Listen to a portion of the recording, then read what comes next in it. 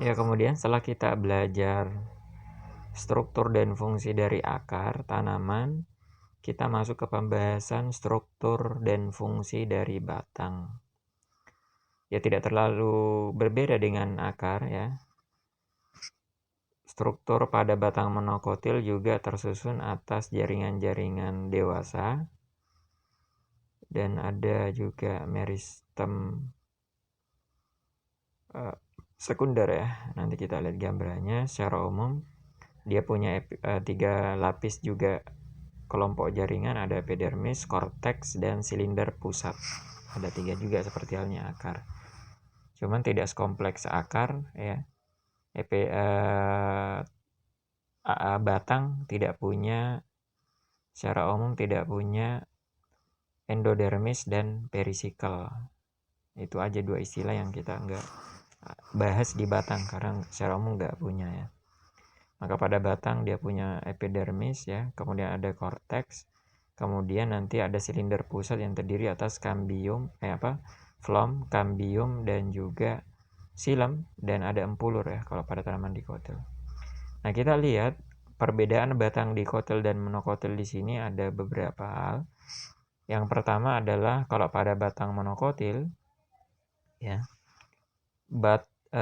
dia tipe berkas pengakutnya adalah kolateral tertutup. Ya, kolateral tertutup, sementara batang dikotil kolateral terbuka ya. Dia kolateral tertutup artinya apa? Dalam satu berkas pengangkut ada xilem dan phloem tanpa ada kambium di antaranya. Nah, teman bisa lihat gambarnya, ini ada xilem dan phloem tanpa kambium gitu ya. Bundle seed ini artinya berkas pengangkut ya. Kemudian perbedaan mendasarnya kalau pada batang monokotil dia tersebar ya. Kalau batang dikotil nggak tersebar tapi dia tersusun, teratur gitu ya, mengikuti jari-jari empulur istilahnya.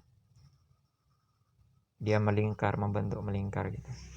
Kemudian pada batang monokotil kalau kita lihat ada epidermis, ada berkas pengangkut. Nah, jaringan selain epidermis dan berkas pengangkut itu berupa jaringan dasar yang tertulis ground tissue, jaringan dasar. Jaringan dasar kan ada 2 tuh, korteks dan empulur. Maka pada batang monokotil, korteks dan empulurnya tidak jelas. Itu perbedaan yang lain ya. Kita nggak bisa aja sebut korteks itu, atau bisa sebut jaringan dasar gitu. Maka secara umum nggak punya empulur gitu. Maka nggak kelihatan atau nggak punya empulur gitu ya. Sementara pada tanaman dikotil ya, setelah epidermis dan korteks ada silinder pusat. Silinder pusat bagian paling luarnya itu adalah phloem.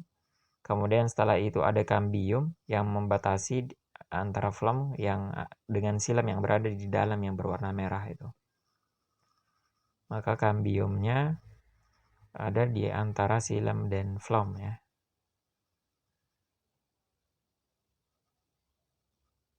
Maka dia tipe berkas pengangkut kolateral terbuka.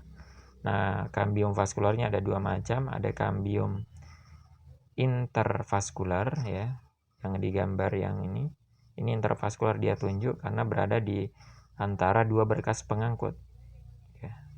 Sementara yang satunya ada namanya intra di dalam ya, yaitu posisinya yang berada di antara xilem dan phloem yang di dalam satu berkas pengangkut dalam sini ya, yang hitam. Kemudian setelah itu ada feed ini empulur ya. Ada bagian empulurnya, ada bagian tengahnya.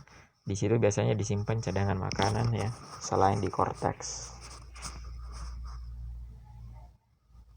Kemudian selanjutnya ya, pembahasan lebih mengkhusus ke tanaman terutama adalah dikotil ya.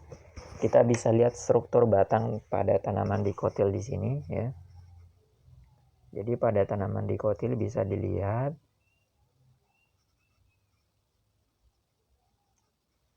dia punya batang ya, ada beberapa bagian, ada buku nodus ini, buku, kemudian ada ruas, ini internodus ya. Pada nodus biasanya tumbuh daun, leaf di sini ya. Nah, itu batang ya. Kemudian ternyata pada batang teman-teman itu dikenal dua istilah untuk tunas ya. Ada namanya tunas apikal, tunas ujung, letaknya pas di ujung dari batang. Kemudian ada namanya tunas aksiler ya, atau tunas ketiak, letaknya persis di atas tangkai daun, tersembunyi di atas tangkai daunnya. Kalau ketiak manusia kan menghadap ke bawah tuh. Nah, pada tanaman ketiaknya malah menghadap ke atas ini. Apa fungsinya? Kalau tunas apikal ini dia mengandung meristem apikal ya, sekaligus meristem sekunder, di mana mereka berperan di dalam pemanjangan batang pada tanaman. Sementara tunas aksiler atau tunas ketiak ya, atau tunas samping, ini nanti akan tumbuh darinya cabang batang ya. Maka tanaman itu bercabang, itu hasil pertumbuhan dari tunas aksiler ya. Ini nanti kita akan bahas di fisiologi tanaman ya. Pembentukan cabang itu dipengaruhi oleh hormon auksin dan sitokinin ya. Ada dua hormon di dalam memicu namanya dormansi, menghilangkan dormansi lateral ya, dan kemudian menghilangkan dominansi apikal. Ya, teman-teman bisa lihat di sini pada tunas apikal ya, yang ini gambar tunas, ini gambar ujung batang ya. Ini gambar ini. Nah, pada tunas apikal teman-teman bisa lihat itu, kalau dilihat di bawah mikroskop maka akan nampak pertama namanya leaf primordium. Ini adalah daun awal ya, cikal bakal dari daun. Ini akan membentuk daun nanti, atau boleh disebut daun mudanya. Kemudian pas di ujungnya ada jaringan meristem apikal di sini, disebut shoot apikal meristem, meristem apikal batang gitu ya. Kemudian nanti meristem apikal ini akan membentuk meristem primer ya, membelah dengan membentuk protodem ya. Kemudian ada meristem dasar, ground meristem, dan ada prokambium. Nanti kemudian ujung batang ini akan berdiferensiasi ya, membentuk jaringan-jaringan dewasa pada batang ya. Kita nanti lihat gambarnya. Maka ini cuma untuk menunjukkan perbandingan antara ujung akar dan ujung batang. Secara umum mereka punya meristem apikal. Kalau pada batang disebut shoot apikal meristem, kalau pada batang disebut root apikal meristem. Keduanya akan membentuk jaringan dasar, sama-sama punya istilah protodem, meristem dasar, dan prokambium, yang sama-sama nanti juga punya istilah zona pemanjangan dan zona diferensiasi di bawahnya. Di bawah sini ada. Nah, sekarang kita lanjutkan. Nah, khusus pada batang tanaman teman-teman ya, proses perkembangan meristem apikal ya, ini lebih kompleks, bisa kita baca. Jadi meristem apikal, meristem ujung pada batang ya, apical meristem of stem, atau shoot apical meristem ya, ini nanti akan membelah dan membentuk 3 jenis meristem primer ya. Meristem di ujung batang tadi akan membentuk 3 lapisan jaringan meristem primer, protodem, prokambium, dan meristem dasar. Protodem kemudian, atau meristem primer kemudian berdiferensiasi ya, membentuk jaringan primer tisu, primary tisu. Protodem akan membentuk epidermis ya, kemudian prokambium akan membentuk 3 ya.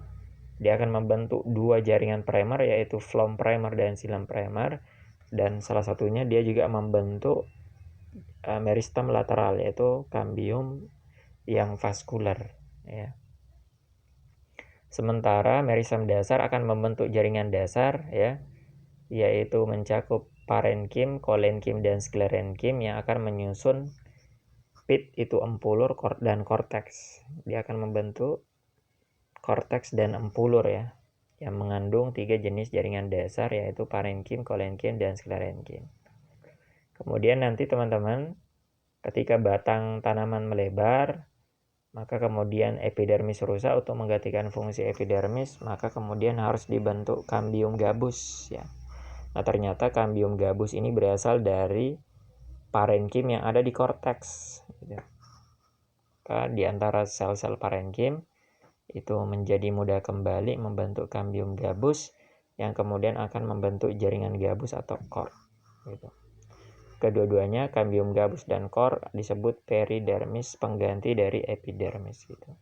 Maka lebih lanjut, meristem lateral di sini ada dua, teman-teman bisa lihat, cambium vascular dan cambium gabus. Cambium vascular asalnya dari procambium ya, sementara cambium gabus asalnya dari jaringan parenkim yang ada di korteks itu, berasal dari jaringan primer.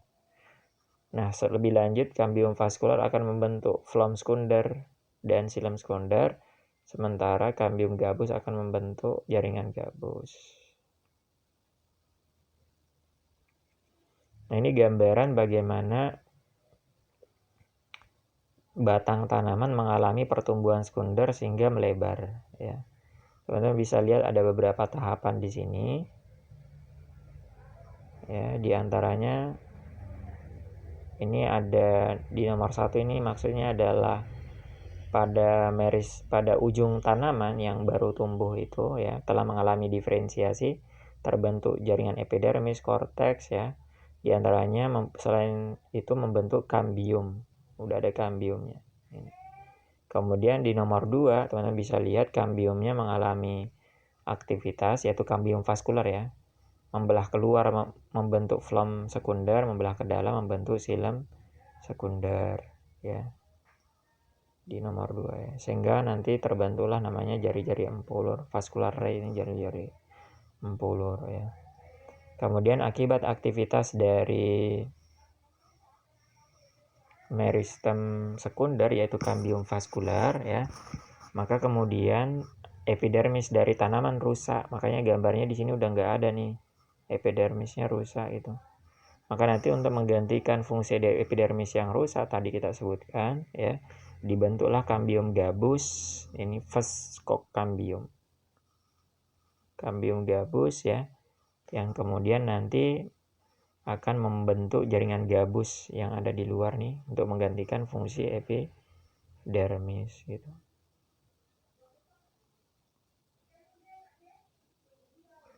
Maka kemudian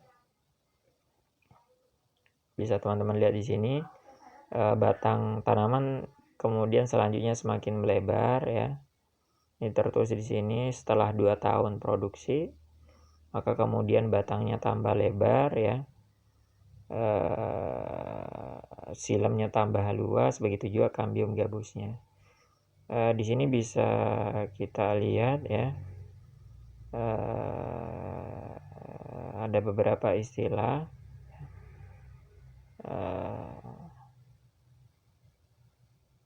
Ada bark itu kulit kayu ya. Bark itu terdiri atas peridermis dan phloem ya, phloem sekunder ya. Bisa kita lihat nanti gambarnya. Sementara kayu adalah, kalau kulit kayu itu tadi adalah semua jaringan yang berada di luar cambium vascular ke arah sana, sementara kayu itu semua jaringan yang berada di bagian dalam dari cambium vascular. Lebih jelasnya bisa dilihat di gambar yang ini ya. Maka nanti setelah batang tanaman dikotil, tanaman berkayu membentuk kayu tambah lebar gitu, maka secara umum kayu itu terdiri atas 2 bagian ya, atau batang tanaman yang berkayu terdiri atas 2 bagian. Ada bagian kayu dan ada bagian kulit kayu ya. Yang memisahkan keduanya yaitu vaskular, cambium vaskular. Yang bagian yang warna orange ini ya, bagian paling tipis pada batang tanaman ya. Ketika dia membelah ke dalam membentuk xilem, membelah keluar membentuk phloem sekunder. Maka di sini kita lihat kayu itu paling itu berupa xilem sekunder ya. Karena memang perkembangan cambium vaskular itu lebih banyak aktivitasnya ke arah dalam dibanding ke arah luar, sehingga lapisan silemnya lebih tebal ya dibanding lapisan phloemnya. Maka semua jaringan yang berada di dalam dari kambium vaskular ke arah sana ini disebut kayu, ya. Mencakup di sana xilem primer, ya. Cuman kan nggak kelihatan karena dia udah dia tipis gitu ya, maka udah nggak kelihatan. Kemudian ada xilem sekunder, begitu juga empulur yang ada di dalamnya juga udah hilang ya. Maka secara umum kayu itu berupa xilem sekunder ya, yang membentuk namanya lingkaran tahunan ya, di mana setiap satu lingkaran itu menunjukkan 1 tahun, menunjukkan umur tanaman udah berapa tahun gitu. Nah, kayu sendiri ini ada 2 lapis ya, ada yang agak warna terang ya, disebut saput. Di sini saput atau teras kayu ya, mirip rumah ada bagian terasnya, maka ada bagian luarnya. Saput disebut teras, sementara hardwood atau jantung kayu ya disebut gubal bahasa Indonesianya ya. Sementara semua bagian di luar dari kambium vaskular disebut kulit kayu, maka mencakup di sana adalah phloem primer, tapi nggak kelihatan juga di sini, dia terlalu tipis. Kemudian ada phloem sekunder dulu ya, baru ada phloem primer. Phloem sekunder ya, hasil perkembangan kambium vaskular ke arah luar ya, tapi tidak setebal xilem sekunder ya, karena dia kambium vaskular ketika membelah ke arah luar tidak terlalu aktif gitu, maka lapisan phloem sekunder tidak terlalu tebal gitu. Kemudian setelah phloem sekunder ada phloem primer ya, cuman nggak kelihatan karena tipisnya. Kemudian ada lapisan peridermis ya, layer of peridermis, mencakup velogen ya. Velogen itu kambium gabus ketika membelah ke arah dalam membentuk velodem sana, sementara ke arah luar membentuk velum atau jaringan gabus. Gabungan dari ketiganya, velum, jaringan gabus, velogem, kambium gabus, dan velodem, nggak ada bahasa Indonesianya, disebut peridermis. Sementara gabungan peridermis dengan phloem sekunder ya disebut bark. Bark itu kulit kayu. Kurang lebih gitulah ya teman-teman.